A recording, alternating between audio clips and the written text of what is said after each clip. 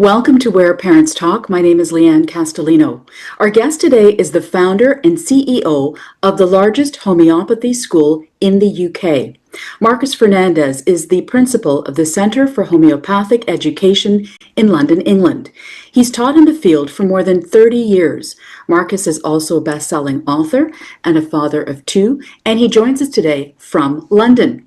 Thank you so much for taking the time. Thank you, Leon. Thank you for having me. Not a commonly discussed topic, although increasingly discussed, and I'm looking to you to sort of set the table for our conversation. Now, over the years, you've been leading in this field. How have you seen homeopathy evolve, both in practice as well as public perception? Yeah, it's a really good question. I've been doing it a long time, since the beginning of the 90s. And when I first got into homeopathy, I didn't know anybody that knew anything about homeopathy. And I would say what I was studying, I was really young, I was like 20. And there's a whole story to that, how I found it. But people, it wasn't really in people's sort of psyche. And actually natural medicine really wasn't. I mean, especially in my sort of demographic of people, it was always seen as a fringe thing, a hippie thing, if you're into natural medicine. But I've seen it evolve over this past 30 years, whereas now, and I think particularly with the lockdown, the pandemic, I saw the biggest shift in 30 years around that time, 2020, when people suddenly were looking for a more natural healthcare solution for themselves and their families. And often people get into homeopathy when they have kids.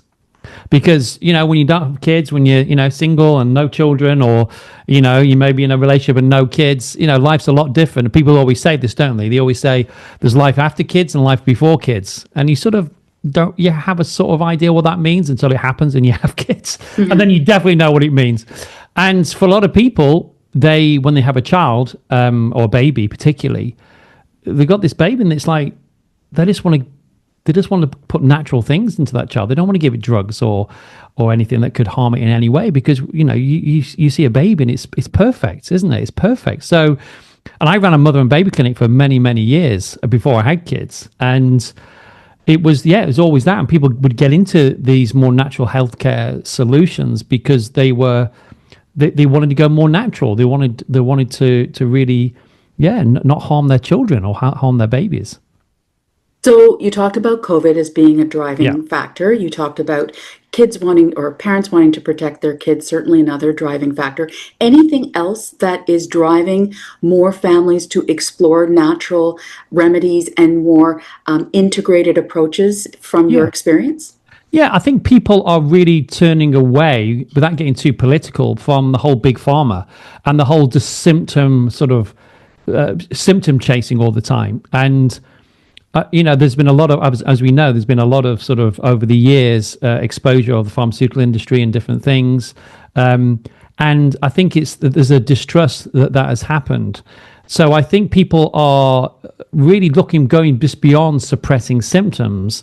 They want to really sort of get the body into a state of health and well-being. And I always use the analogy like the car dashboard. If the oil light flashes, it means there's something wrong in the engine. But if you just take the bulb out, or suppress the symptoms, there's still a problem in the engine. The car's going to break down 2 or 3 miles down the road. So what we have to do is go in the engine, fix the problem, and the light goes off by itself. Now, when you say that to people get that. They understand it. And it really is only in the West that we have this concept of suppressing symptoms or separating the mind from the body or ignoring what these symptoms mean. Because of the signs that there's something going on within the body. And if you don't listen to the symptoms when they whisper, the body whispers, you're going to listen to it when it screams. So I think when you look at other cultures, especially in the East, particularly how they look at health and well-being is completely different. And it's not just about symptom chasing and suppressing it or seeing the body as a machine. It's not a machine. It's a phenomenal thing. I would suspect as well that our, desire to have instant remedies and instant solutions and instant medications, that are prescribed for us also have a role to play. So for a parent entering this terrain for the first time, let's call it, looking into natural medicines and looking into homeopathy, what do they need to know?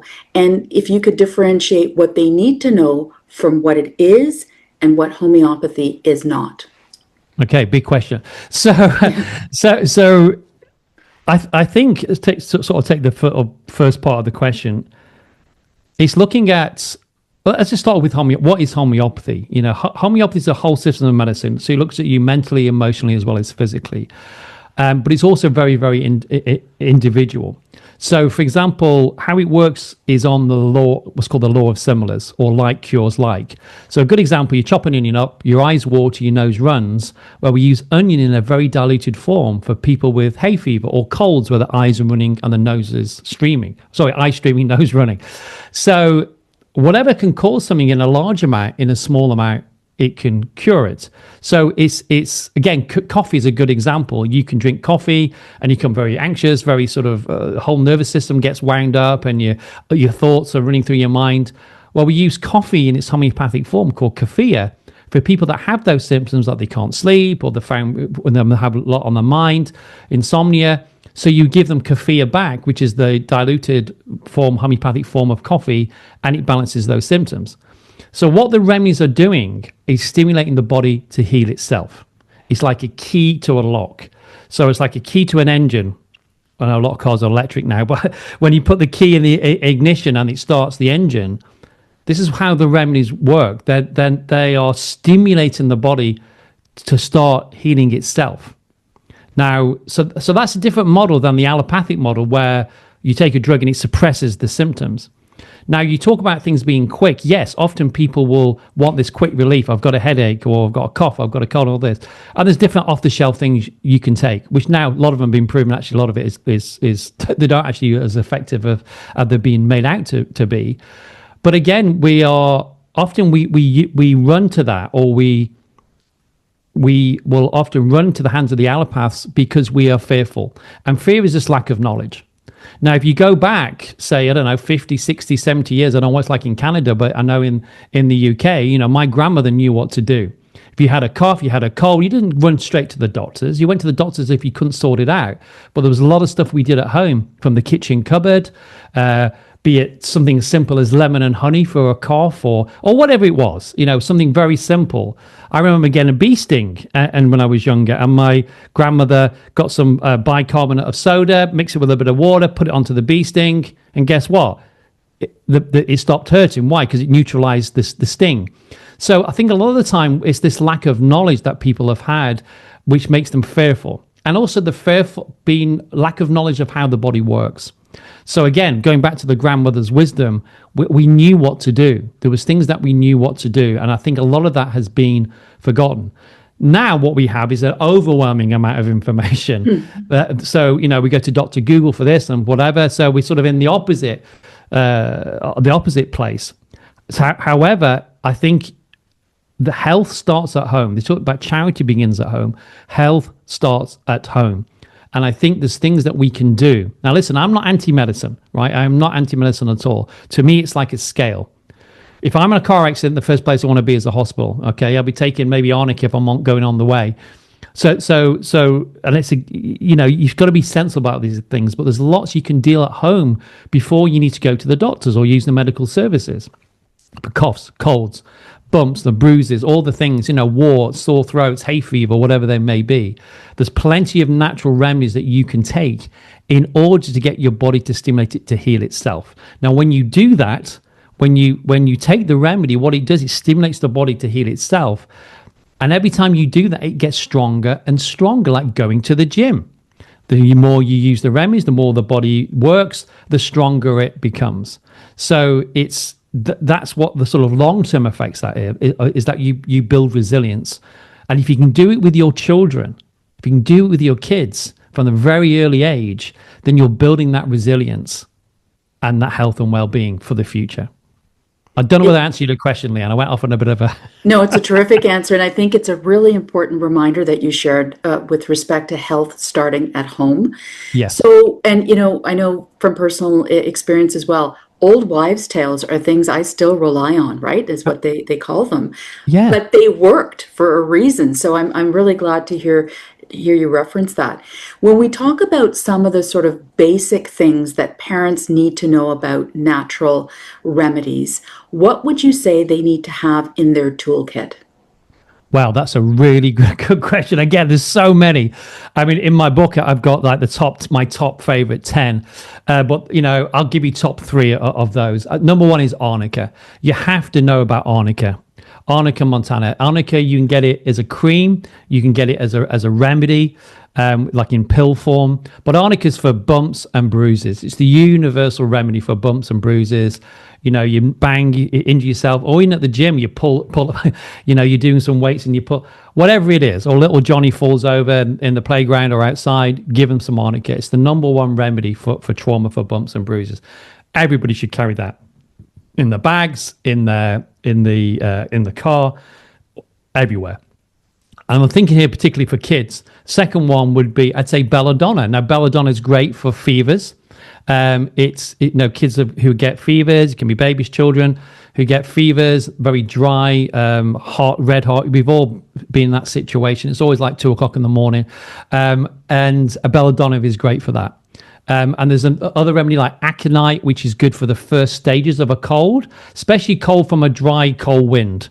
So again, like the UK, like Canada, and wherever people are, if you're out in a dry, cold wind, and you feel yourself coming down with something, you can take the remedy aconite and it can nip it in the bud. Okay, it can stop it from developing, to something else. Another great remedy is arsenicum album, which is good for diarrhea, vomiting. Chamomilla, which is chamomile, but chamomilla, the remedy, is good for teething. But such an amazing remedy for teething and for colic as well. I remember my little boy, he's not so little anymore, now he's 15, but when he was a few weeks old, again, it was the middle of the night, he was screaming with colic, and I had him in my arms, and he was, arching his back, and he was screaming, he was in such pain. And as a parent, you do anything to take that pain away. And I went to my little remedy kit, and I'll show you an example of a little kit here. In fact, I'll show you now. This is a remedy kit. We have remedies in. Went to my little remedy kit, and you can see all the remedies are in there. And I went for the remedy chamomilla because it's a big remedy for colic, especially when they're screaming, they're in pain, and they're angry, really angry. And I gave him one little remedy, went onto his tongue. Leanne, as soon as it touched his tongue, I just felt his whole body just go, and I could feel that relaxation. Going from this screaming wild banshee to this, he closed his eyes. And even though I've been practicing homeopathy at that point for about 10 years, I was still blown away by how effective it can be.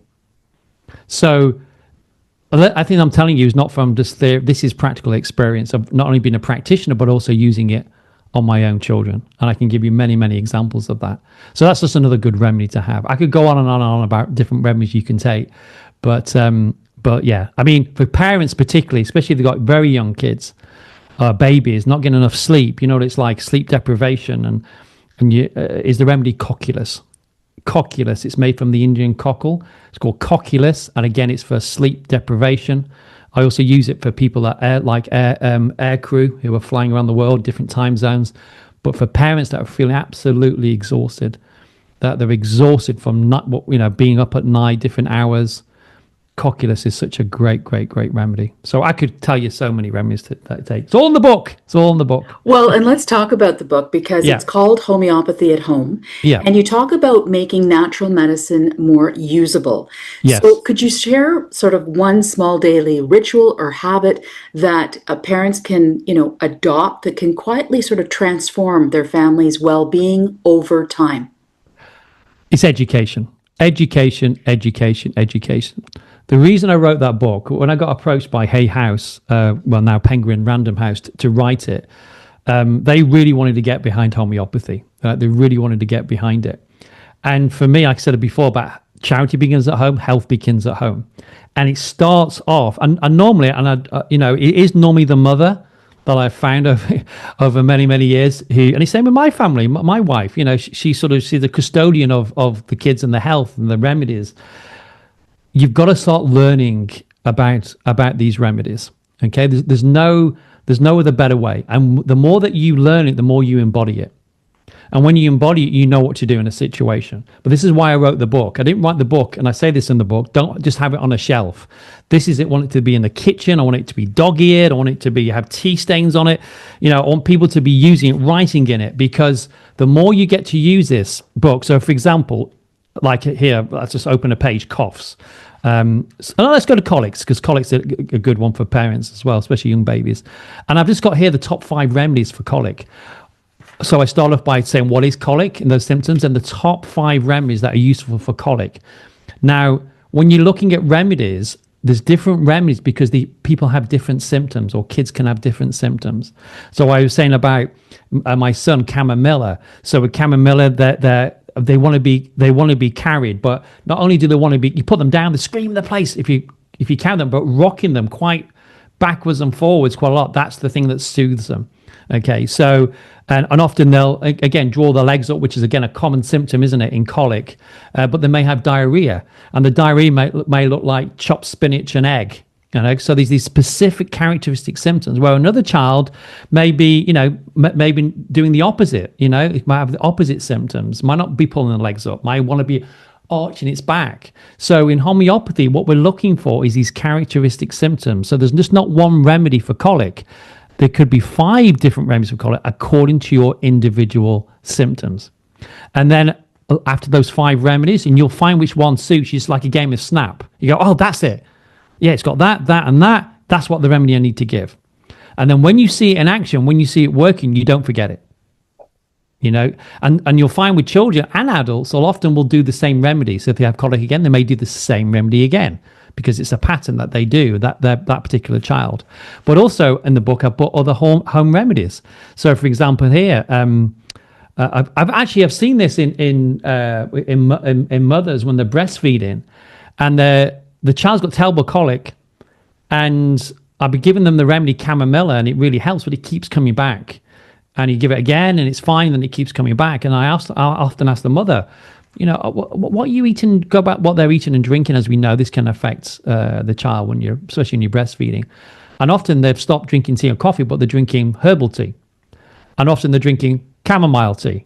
So they're drinking too much chamomile tea, and it's going through the breast milk, and it's causing upset for the baby, and putting him in this state. So that's the aim of the book. Top 5 remedies for each condition. So it starts with everything from anxiety to coughs and colds, bumps and bruises, hay fever, all the way to warts.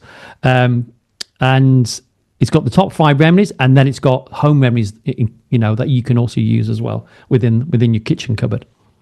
That is so interesting how you've broken it down, and also the fact that, and you stated that there's not one remedy that fits, different conditions, that, you have to see what the characteristics are. I think that's a really important point. On that note, Marcus, there's often a perceived divide between natural and conventional medicine. Yeah. From your experience of now, 30 years and counting, how can those two sort of divides actually complement each other? Can they? Yes. When we're talking about everyday family life. Yeah, absolutely. To me, it's not. Look, there's too much polarization going on in the world at the moment. You don't have to be. It doesn't have to be sort of like for and against. To me, it's always about choice when it comes to our healthcare.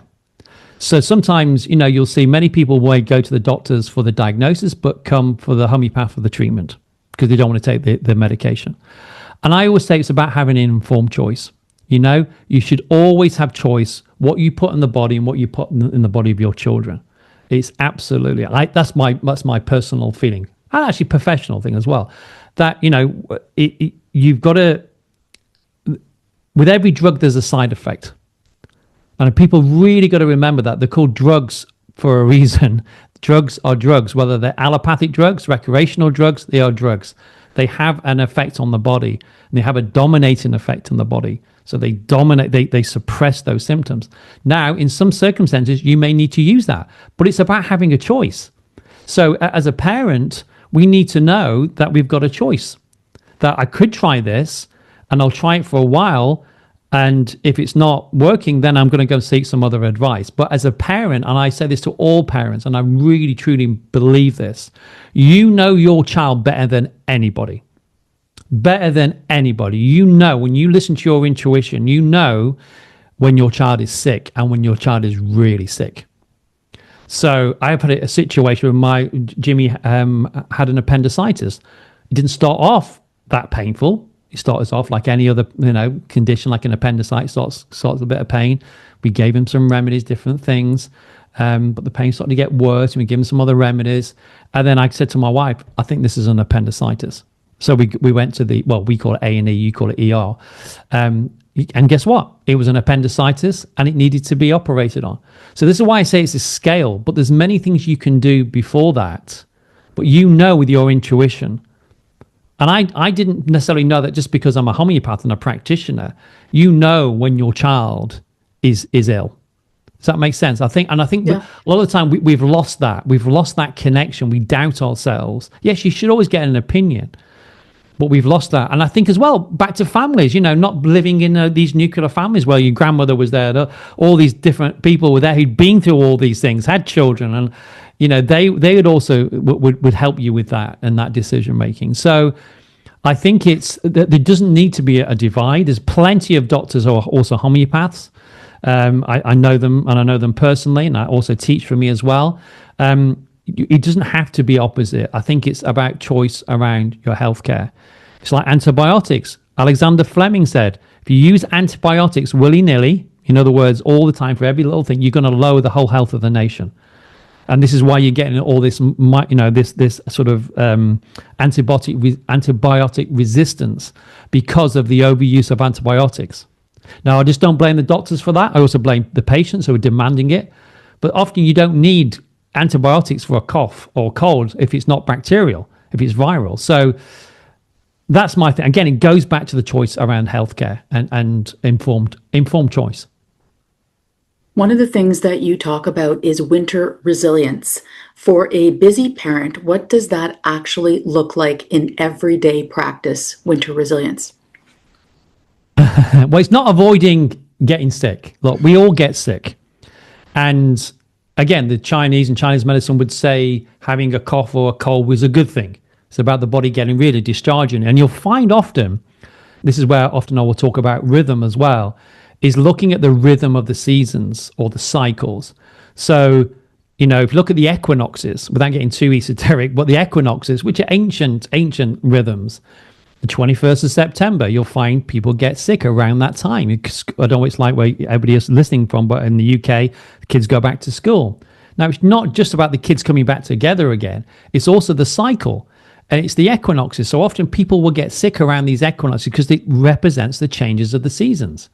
So health is our ability to adapt to our environment. That means if you get chilled, there's a cough, the nights not getting damper, and people can often get sick if their constitutional health is a little bit weaker.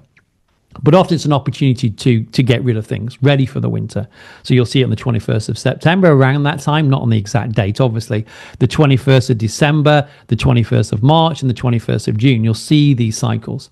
So back to your question, because I will go off on tangents. It's not about avoiding colds. It's about how you bounce back from them. That's the most important thing. It's how you bounce back from them.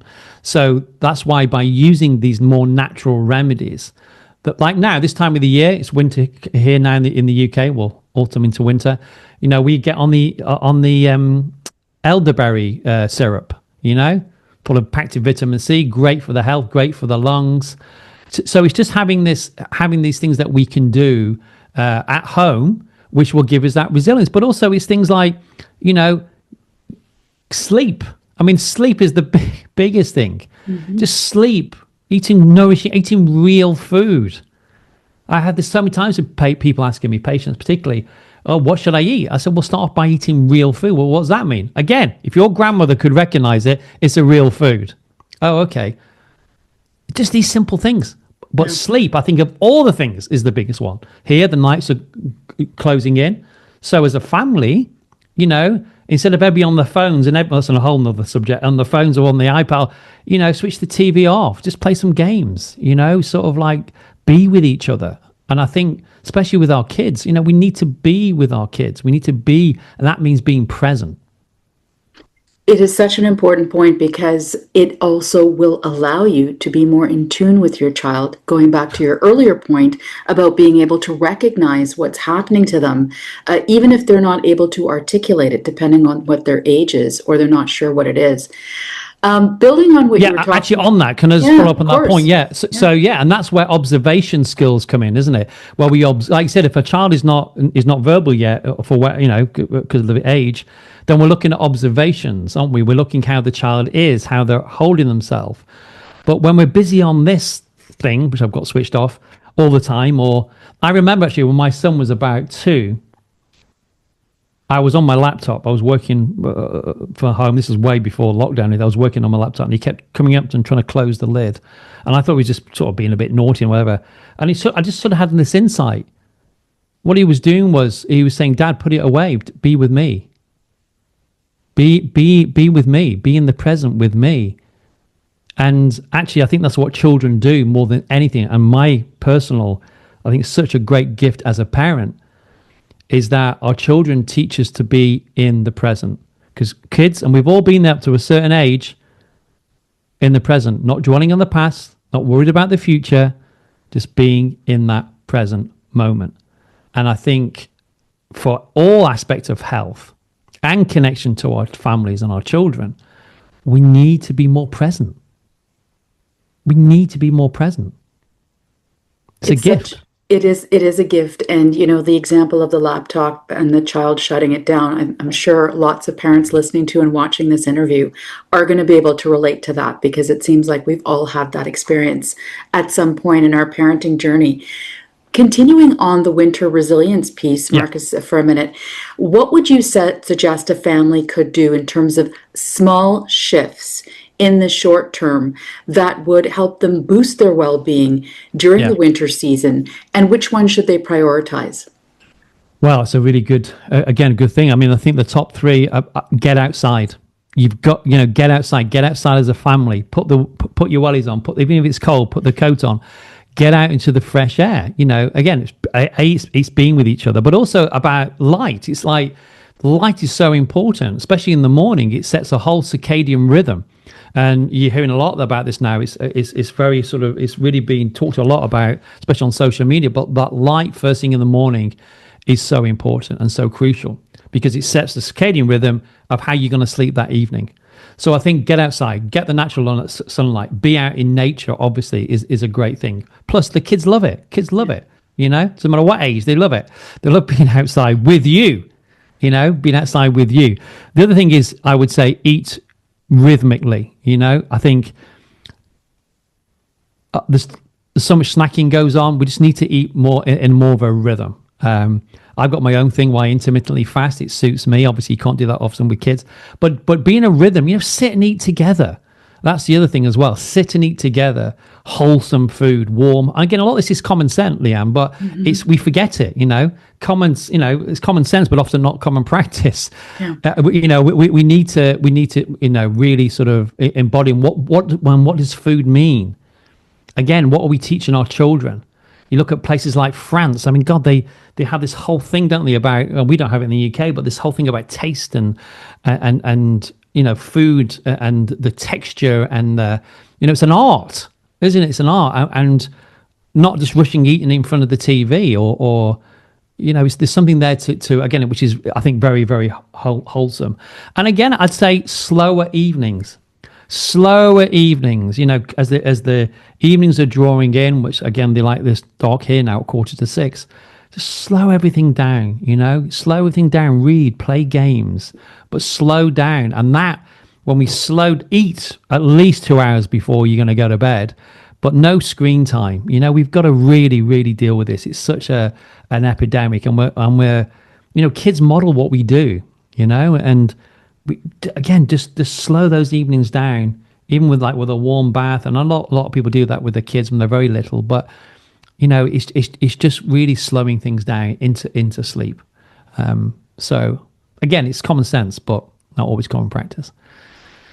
We've talked about your school, you've got a book as well, and you've also created an AI assistant to help families with home prescribing.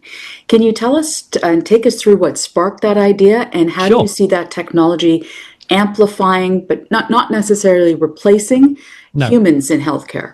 Yeah, good question. It's been a little bit controversial, I have to say, in my community. I first talked about it last year in a conference in Bali. And basically, I worked with this company out of San Francisco probably about 18 months ago, because I see what we can't deny technology. Technology is here. AI is here. It's been here for actually longer than people realize, in your phones and everything. But we can't bury our heads. And in my community, particularly in the whole natural health and well-being space, we can do that. What I'm always looking for, just like the book, just like doing courses that we offer, how can I get to people? How can I share this information? My vision has always been to enhance the health and well-being of humankind through the education application of homeopathy. That is my North Star. I've been on that for 30 years, and I will continue to be on that. What I found with what I've actually done is created it's an AI clone. Okay, it's an AI clone called Ask Marcus. Actually, in my book, you can scan the QR code. I give it away for free, where people, especially parents, again, they can access this AI clone. And it's based on all my books. It's based on my podcasts. It's based on my videos. Everything that I've done, it's all in a small language model. It doesn't go outside it. No hallucination. It just sticks to that. And it's really for home prescribing. So you can text me, WhatsApp me, and say, hey, look, Lisa's got a cough, it's really bad since she came home from school. And I will go back and say, okay, what makes it better? What makes it worse? Because I'm trying to find out the characteristic symptoms. Remember, there's could be 5 remedies for that cough. And I'll ask different backwards and forwards. And then I'll come up with what I think is the right remedy and how to take it. We don't do anything chronic. It's just got to be home prescribing, as a thing I've said, coughs, colds, things that you find every day at home. But also you can speak to me. So you can phone me and you'll speak to me. It's a bit weird. The kids think it's really funny, but you can actually speak to me like you're speaking now in my voice. I will speak in any language, from Chinese to Japanese to Turkic, whatever language you speak, and you have a backwards and forwards conversation with me. So what I found with people, I've got over 1,000 people using this now at the moment around the world. We're still testing it and see how it is. But what people love is that they can get my advice 24/7. So if it is 2 o'clock or 3 o'clock in the morning and they wake up and they may have diarrhea, or again, there's a fever or there's a cough or whatever it is, you can ask Marcus, and I'll tell you what to do, including home remedies from the kitchen cupboard as well as whatever's in the book. So people just find it really, really useful. And they're also finding it useful because they're learning more about homeopathy. So through the questions that I ask them back, they're learning what they need to look out for and what to observe. So it's been a really great thing. And as you said, this is an enhancement. This is not to replace people. It's enhancing what we do. I cannot hold, or give advice to thousands of people around the globe simultaneously. It's impossible. Well, what I can do is use my clone. I'm very clear it is a clone. It's not, because some people think it's me they're talking to. It is a clone, just to help them find what they need at that moment. And to me, that's how we spread homeopathy, and we enhance everybody's health and well-being. So much great information shared. Marcus Fernandez, founder and CEO of the Center for Homeopathic Education in the UK, and author of Homeopathy at Home. Really appreciate your time and your insight today. Thank you. Yeah, thank you. How time goes when you're having fun. Thank you. Thanks.